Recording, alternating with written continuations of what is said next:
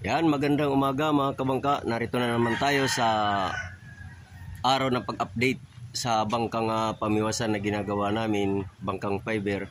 Mga kabangka, update ko bago mag-umpisa ang aking pag-update.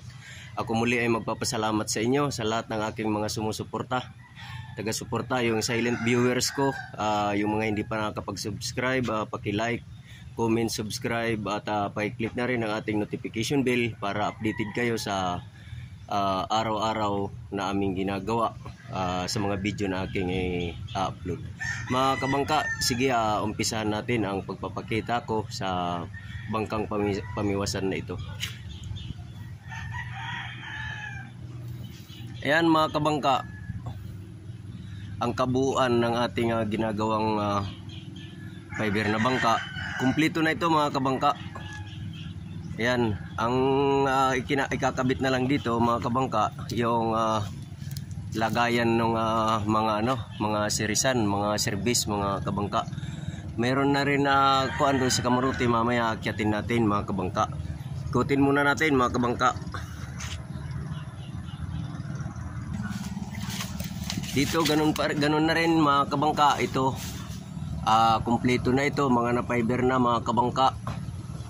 Ayan, kulang na lang dito yung mga tabla na ating patungan ng mga sirisan mga kabangka. Kumpleto na rin yan, pati yung ating palangoy mga kabangka. Akyat tayo mga kabangka. Akyat tayo mga kabangka.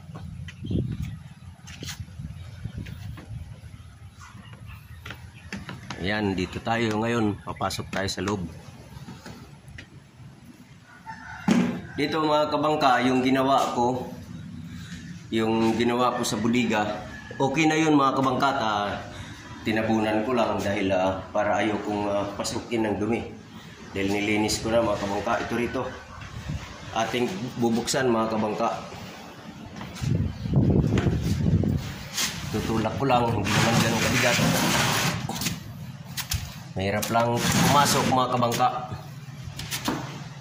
Ayan mga kabangka, ayan. Kumpleto na yan mga kabangka. Yung atin na lang gagawin diyan, yung sahig.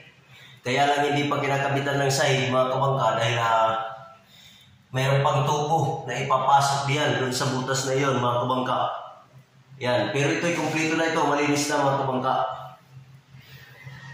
Dito naman tayo sa taas mga kabangka.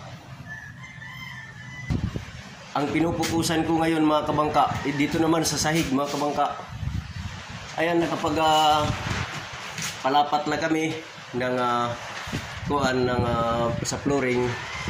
Ayan mga kabangka, tatapusin natin ito hanggang dito. Tatapusin ko yan hanggang dito mga kabangka. Ngayong araw malaki-laki siguro magagawa namin. Yan, para matabunan ko na rin, para malagyan ko na ng takip yung ating mga manhole mga kabangka. Kasi unahin kong maglagay ng takip sa manhole. Pag ako'y nakalipat dito mamaya at natapos, unahin namin yung takip sa manhole para pag umulan, hindi napapasok yung tubig doon sa loob. Hindi napapasok sa loob. Diyan kasi dumadaan yung tubig pupunta sa loob.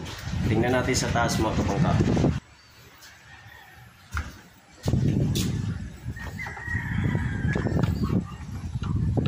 Ito yung mga ikakabit na mga kuanan ng sirisan mga kabangka. Doon yun. Dito tayo sa taas mga kabangka.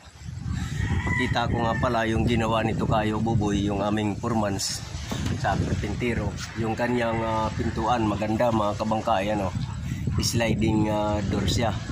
Ayan, fiber din yan mga kabangka. Siyang nag-sit up niyan, siyang gumawa. Ayan o, malupit na rin magpa-fiber yung aming foreman, karpintero. Ayan, mayroon nang ginawang ito Kayo. Ikitingnan natin. Ayan, narito na tayo sa taas mga kabangka. Itong palo na ito mga kabangka, dito ito kakabit. Dito bubutas kami dito banda. Tapos dyan yan itatayo. Kasi yan yung paltik. Yan yung paltik. Narito banda yung butas nito papunta sa loob. Ganun din doon sa kabila mga kabangka. Tingnan natin. Ito mga kabangka, yung forma ng taas. Nilagyan na nila ng disenyo. Ayan nilagyan na nila ng disenyo yan. Yan mga kabangka, babalutin pa rin namin yan. Yan.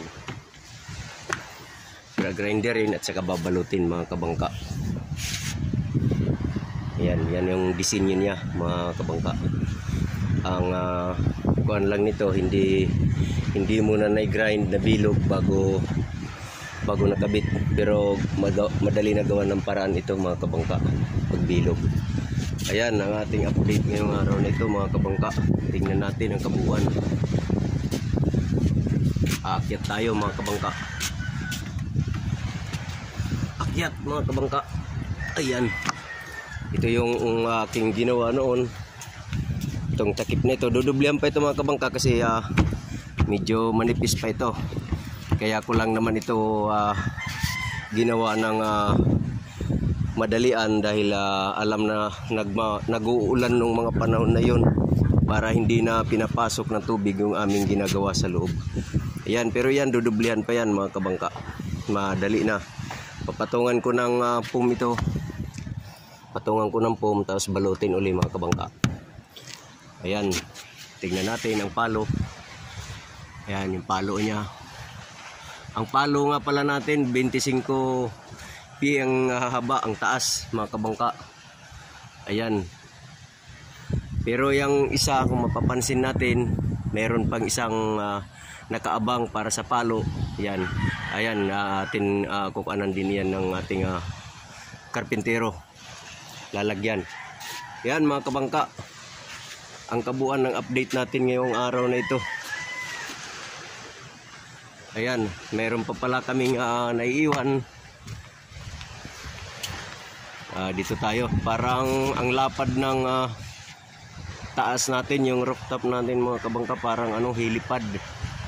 Parang dito parang landingan ng helicopter. Parang hilipad na mga kabangka. Ayan Ayan, baba tayo dito.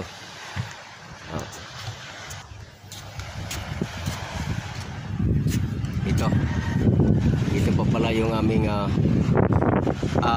tatakaan ko pa yan mga kabangka. Magtataka ako ng mag-plane sheet ako para diyan mga kabangka. Yan na lang din naman ang ating mga gagawin, at saka yung gagawin ko na susunod mga reeling na mga kabangka.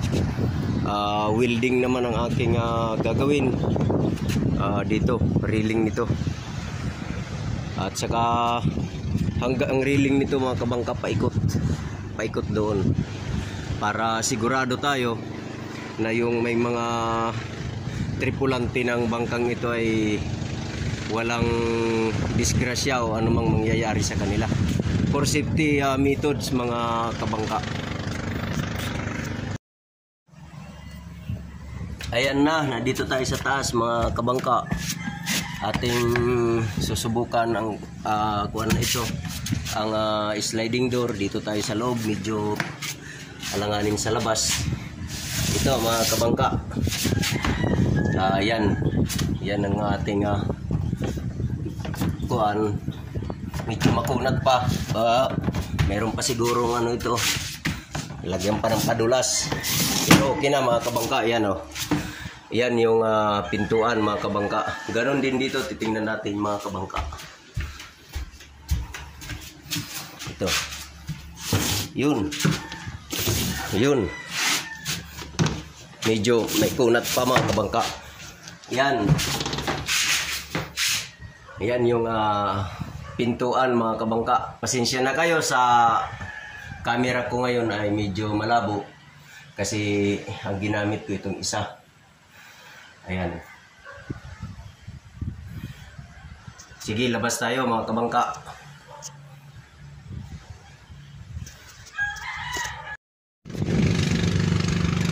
Yan mga kabangka, bago ko tapusin ang ating pag-update sa araw na ito, araw ng Lunes ngayon, maagang pagpasok para masaya ang ating buong linggong paggawa. Mga kabangka,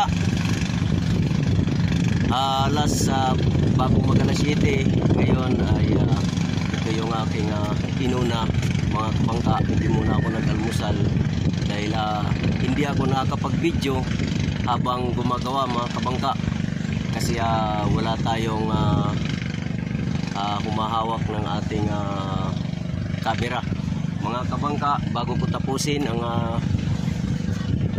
video nito, munting video ko, ako muna ay magpapasalamat sa lahat ng aking mga kaibigan, mga sumusuporta sa munting vlog nito, sila Jenny Ariglo, Jefferson Malabatuan, Cecilio Silio, sila Agidoy ng Katbalugan Samar, mayroon pa akong hindi nababanggit na medyo nakaligtaan ko diyan sa Daram Samar.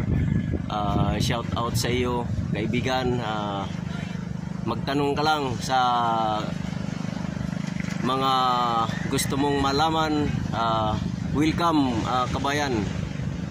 At ang aking mga kaibigan sa pag-vlog, sila Romil Ka-Vlogger, si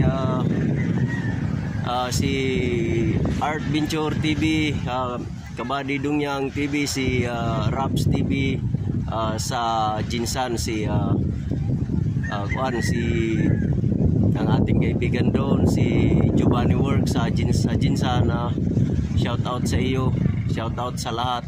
God bless you all. Naway bigyan tayo ng magandang pangatawan ng ating Panginoon. Maraming salamat po. Ayan ang ating kabuuan ng video nito. Salamat ulit.